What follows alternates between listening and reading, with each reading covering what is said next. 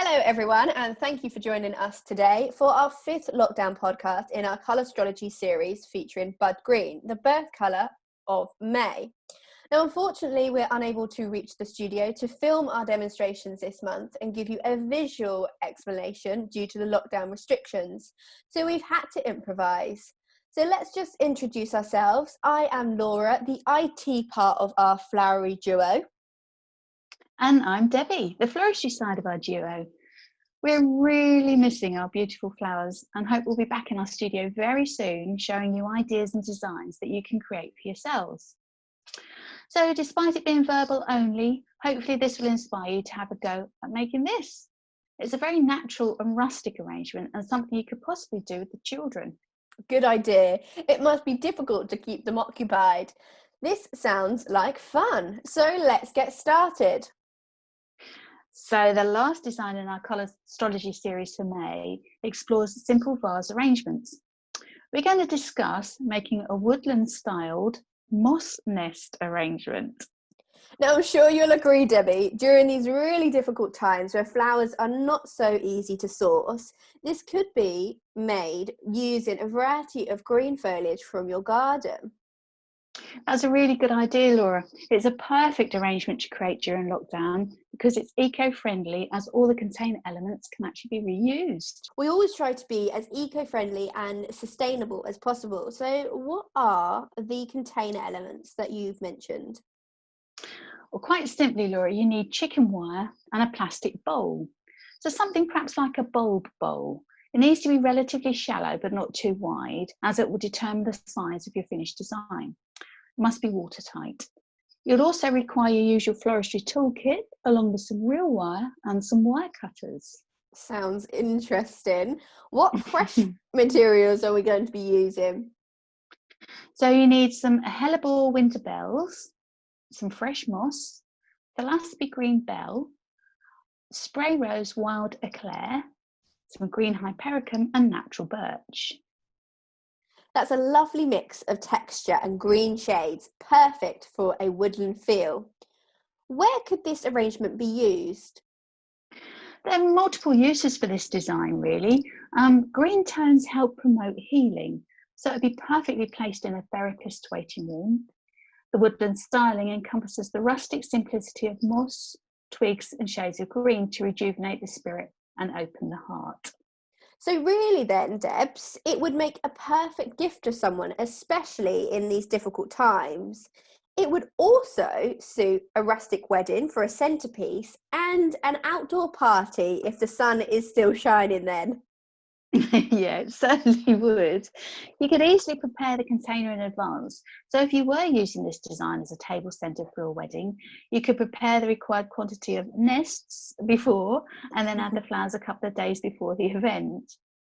So it's good to get prepared well in advance for a wedding. How do we prepare the container and convert it into a nest? Start by securing a layer of moss around the outside of the plastic bowl with the chicken wire.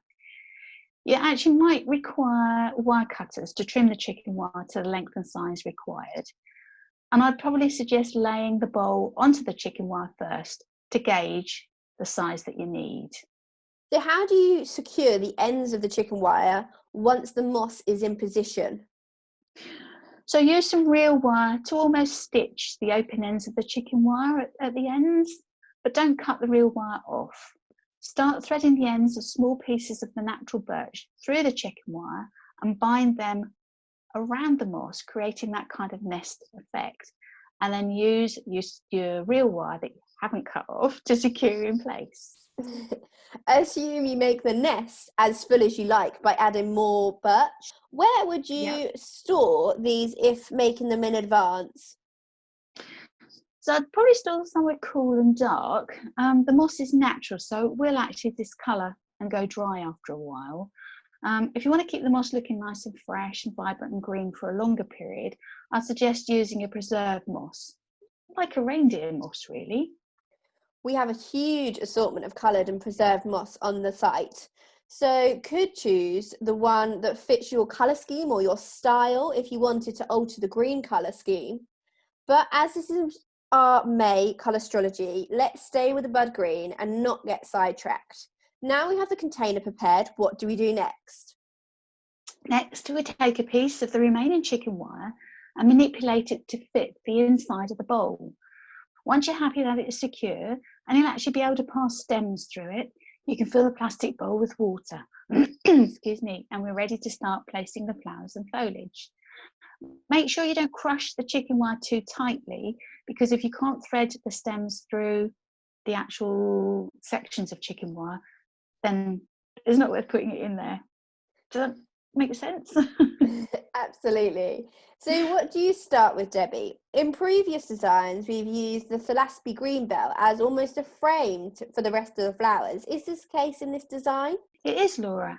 Actually, once you're happy that the Thalaspi fills the bowl and gives you the finished shape you require, you can start adding the rest of the flowers.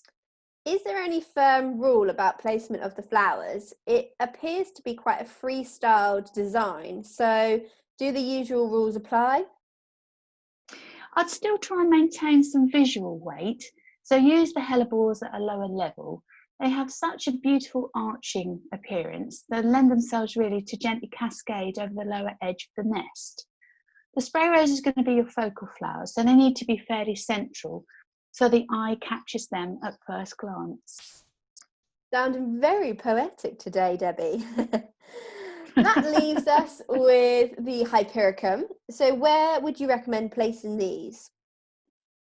So I'll probably take a little step back from your design and look at where it needs some depth.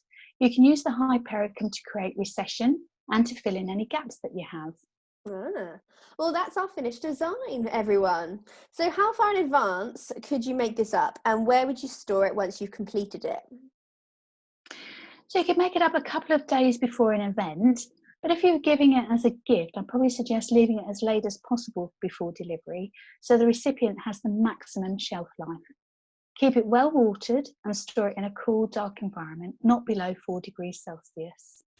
Good tip, Debbie. That draws our last podcast for May's colour astrology to a close. So I hope you've enjoyed hearing us discuss this design and other arrangements featured in this series of podcasts. So thank you so much for joining us today. We look forward to welcoming you back again very soon. And it's goodbye from me. And it's goodbye from me. Stay safe and keep well. Bye.